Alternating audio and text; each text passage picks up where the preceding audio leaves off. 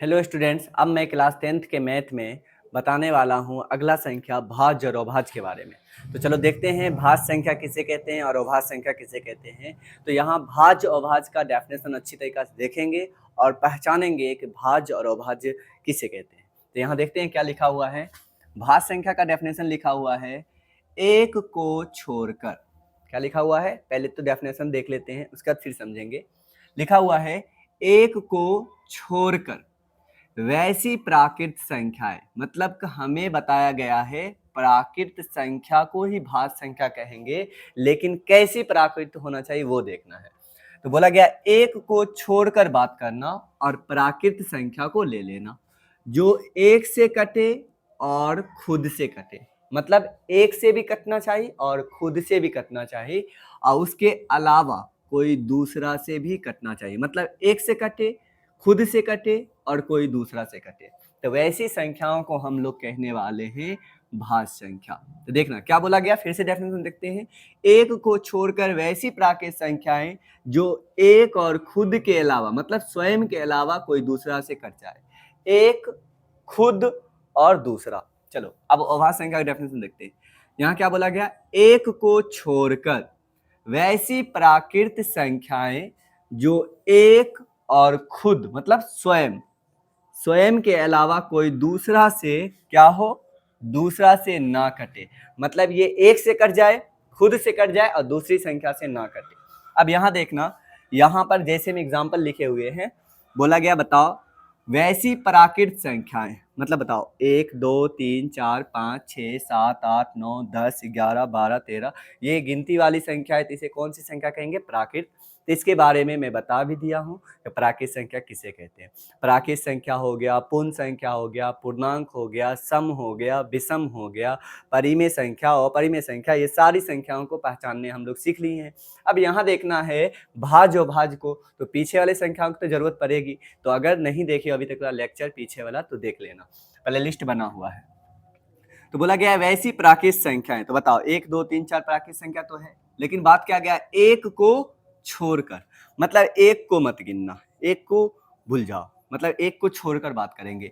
वैसी प्राकृत संख्याएं जो क्या हो, एक से कटे, खुद से कटे और दूसरा से भी कट जाए पूरी तरीका से, अच्छी तरह से देखना। अब दो के बारे में देखते हैं। अगर हम दो में भाग लगा रहे हैं, दो में अगर एक से भाग लगा रहे हैं तो एक दूना दो, आराम से क्या हो रहा है, कट रहा है। चलो ये एक से कट गया। दो में अब क्या होता है, खुद से भाग लगाओ तो दो इकाई दो, ये भी खुद से ही कट गया। तो दो जो है क्या और कोई प्राकृत संख्या से कटता है, एक से कटा, खुद से कटा, उसके अलावा और कोई प्राकृत संख्या जैसे 1 2 3 से कटता है। दो में अगर 3 से भाग लगा रहे हैं तो अच्छी तरीका से नहीं कटता है, मतलब आंसर प्राकृत में नहीं आता है। तो बताओ ये नहीं कटा, ये दो जो है मतलब एक से कटा, खुद से कटा, इसके अलावा कोई दूसरा से नहीं कटा। अब तीन के बारे में देखते हैं। एक से कटा, एक तिहाई तीन, बताओ तीन से तीन में भाग लगाएंगे, मतलब तीन से भाग लगाएंगे और तीन में भाग लगाएंगे, तो खुद से भाग लगा रहे हैं तो कट जा रहा है। मतलब एक से और खुद तीन से कट जा रहा है, लेकिन इसके अलावा कोई दूसरा से, मतलब दो से कट रहा है क्या, दो इकाई दो, दो दूना चार, तो नहीं कट रहा है। चार के बारे में देखते हैं। चार क्या है, चार देखना, एक से भाग लगा रहे हैं तो कट जा रहा है। चार में खुद चार से भाग लगा रहे हैं, चार इकाई चार, कट जा रहा है। और चार में देखना जब दो से भी भाग लगा रहे हैं तो दो दूना चार, कट जा रहा है। तो अब यहां देखना, ये चार जो है एक से भी कटा, एक चौके चार, खुद चार से भी कटा, चार इकाई चार, और कोई एक और खुद के अलावा दो से भी कट जाता है, मतलब कोई दूसरा संख्या से कट गया, तो ये कौन सी संख्या हो गया, भाज्य संख्या हो गया। चलो अब देखते हैं पांच को। पांच देखना, एक से खुद भाग लगाएंगे लग जाएगा, पांच से खुद लगाएंगे, मतलब एक से एक पचे पांच, अब पांच इकाई पांच, तो एक से भी कटा, पांच से भी कटा, लेकिन इसके जो अलावा है दो से भाग लगाते, दो का दो, दो दूनी चार, दो तिहाई छह, नहीं करता है। तीन से भाग लगाते, तीन इकाई तीन, तीन दूना छह, नहीं करता है। पांच नहीं कट रहा है। चार से भाग लगाते, चार इकाई चार, चार दूना आठ, नहीं कट रहा है। तो ये देख रहे हैं कि ये भी संख्या है जो एक से और खुद से कटता है, इसके अलावा कोई दूसरा से नहीं करता है। तो अब छह के बारे में देखते हैं। एक से भाग लगा, एक छह का छह, और छह से खुद भाग लगा, छह का ही छह, तो एक और छह के अलावा कोई दूसरा से देखो करता है कि नहीं करता है। दो से भाग लगा, दो तिहाई छह, है ना। 3 से भाग लगाओ, 3 दूना 6, तो ये 1 से भी कटता है, खुद से भी करता है, 2 से भी करता है और 3 से भी करता है। तो 6 बताओ, 1 और खुद के अलावा कोई दूसरा से कट जाए तो उसे कौन सी संख्या कहते हैं? भाज्य संख्या कहते हैं। अब 7 के बारे में जांचो। 7 देखो, 1 से कटेगा, 7 से कटेगा, कोई उसके अलावा दूसरा से नहीं कटेगा, तो ये कौन सी संख्या हो जाएगा? तो ये रहा अभाज्य संख्या। 8 के बारे में बताओ, 1 से कटेगा, 8 से कटेगा, 2 चौके 8, 4 से भी कटेगा, 4 दूना 8, तो ये 1 और खुद के अलावा कोई दूसरा से करता है तो भाज्य संख्या हो गया। 9 के बारे में देखते हैं, 1 से कट रहा है, 9 से भी कट रहा है और 3 तिहाई 9 होता है, तो कोई दूसरा संख्या 3 से भी कट रहा है, तो ये कौन सी संख्या? भाज्य। 10 के बारे में देखो, 2 से भी कट रहा है, 5 से भी कट रहा है, तो कौन सा संख्या होगा? भाज्य। तो 11 है अभाज्य, 12 देखो 2 से कट रहा है तो क्या हो जाएगा? भाज्य। 13 है अभाज्य। 14 के बारे में 2, 2 सते 14, 7 दूना 14, 15 देखो, 3 पचे 15, 5 तिया 15, 16 देखो भाज्य संख्या, ये देखो तो 17 अभाज्य है। 18 बताओ, 2 से भी करता है, 3 से भी करता है, 6 से भी करता है, 19 क्या है? तो इसी तरह से अगर हम देख रहे हैं कि यहाँ पर इसी तरह से हम बोल सकते हैं कि जितना भी संख्या है हम उसको पहचान सकते हैं कि 1 से करता है, खुद से करता है, उसके अलावा कोई दूसरा से करता है तो उसे भाज्य कहेंगे।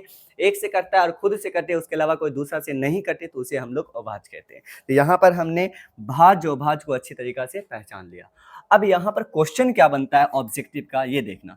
जैसे भाज्य संख्या अगर पूछा जाए कि सबसे छोटी भाज्य संख्या बताओ क्या होता है, तो 4 बोलेंगे। और सबसे बड़ी भाज्य संख्या पूछा जाए तो ये तो प्राकृत संख्या का अंत ही नहीं है, मतलब सबसे बड़ी भाज्य संख्या हम नहीं बता पाएंगे क्योंकि गिनती खत्म ही नहीं होता है। तो ये याद रखना कि यहाँ पर हम ऑब्जेक्टिव लिख सकते हैं कि बताना सबसे, है ना, सबसे बड़ी भाज्य संख्या, सबसे बड़ी भाज्य संख्या क्या होगा? तो नहीं पता, नहीं पता। अगर पूछा जाए सबसे बड़ी भाज्य संख्या क्या होता है, तो नहीं पता, मतलब भाज्य संख्या में सबसे बड़ा पता ही नहीं। क्यों पता नहीं है? क्योंकि गिनती खत्म ही नहीं होता है। लेकिन सबसे छोटी भाज्य संख्या बताना, 1 को छोड़कर, 1 को बात ही मत करो। 2 है अभाज्य क्योंकि 1 और खुद के अलावा दूसरा से नहीं करता है। 9 भी है अभाज्य क्योंकि 1 और 3 के अलावा कोई दूसरा से नहीं करता है। तो 4 है भाज्य क्योंकि 1 और खुद और उसके अलावा 2 से भी कट जा रहा है। तो बताओ, पूछा जाएगा सबसे छोटी भाज्य संख्या क्या होता है, तो बोलेंगे 4। तो यहाँ पर लिख देते हैं कि सबसे छोटी भाज्य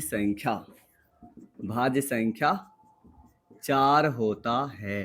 तो ये ऑब्जेक्टिव रहा कि सबसे छोटी भाज्य संख्या क्या होगा, तो 4 होगा। अब देखना, अब 4 भी भाज्य है, 9 भी नहीं, 6 भी भाज्य है, 8 भी भाज्य है, 9 भी भाज्य है, 10 भी भाज्य है। इस तरीके से ये सारी संख्याएं भाज्य है।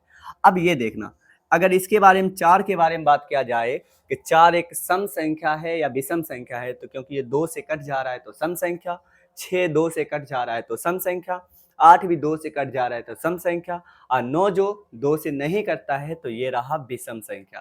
ठीक है, अब ये है सम संख्या और ये है सम संख्या, ये भी सम संख्या, और ये कौन सी संख्या है? विषम संख्या। एक ऑब्जेक्टिव और बन सकता है कि सबसे छोटी भाज्य संख्या जो है वो विषम में कौन सा है, मतलब बताओ, सम में तो 4 ही है, तो सबसे छोटी विषम भाज्य संख्या कौन सा है? तो हम यहाँ पे लिख सकते हैं कि सबसे छोटी विषम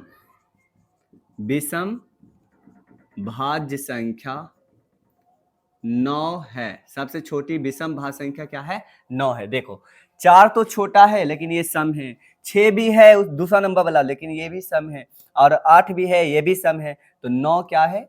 भाज्य संख्या है और वो विषम है। तो यहाँ पर भाज्य से 3 ऑब्जेक्टिव पूछा जा सकता है। 3 क्या है? तो आराम से याद रखना, सबसे बड़ी भाज्य संख्या तो नहीं पता, सबसे छोटी भाज्य संख्या 4, सबसे छोटी विषम भाज्य संख्या कितना है? 9 है। अब चलो आते हैं कि ये जो था लिखा हुआ परिभाषा, ये आराम से कवर हो गया। देखना क्या लिखा हुआ है, 1 को छोड़कर, मतलब 1 के बारे में बात नहीं करना, वैसी प्राकृत संख्याएं जो 1 से खुद से कटे, स्वयं से कटे और उसके अलावा कोई दूसरा से भी कट जाए। खुद और स्वयं के अलावा दूसरा से कट जाए तो भाज्य संख्या कहते हैं। ऊपर वाला हो गया सबसे छोटी भाज्य 4, सबसे छोटी विषम भाज्य क्या होता है? 9, सबसे बड़ी भाज्य संख्या नहीं पता। अब अभाज्य संख्या में आते हैं, 1 को छोड़कर वैसी प्राकृत संख्या जो खुद से 1 से कटे, खुद से कटे, दूसरा से ना कटे, दूसरा से टेंशन नहीं लेना है।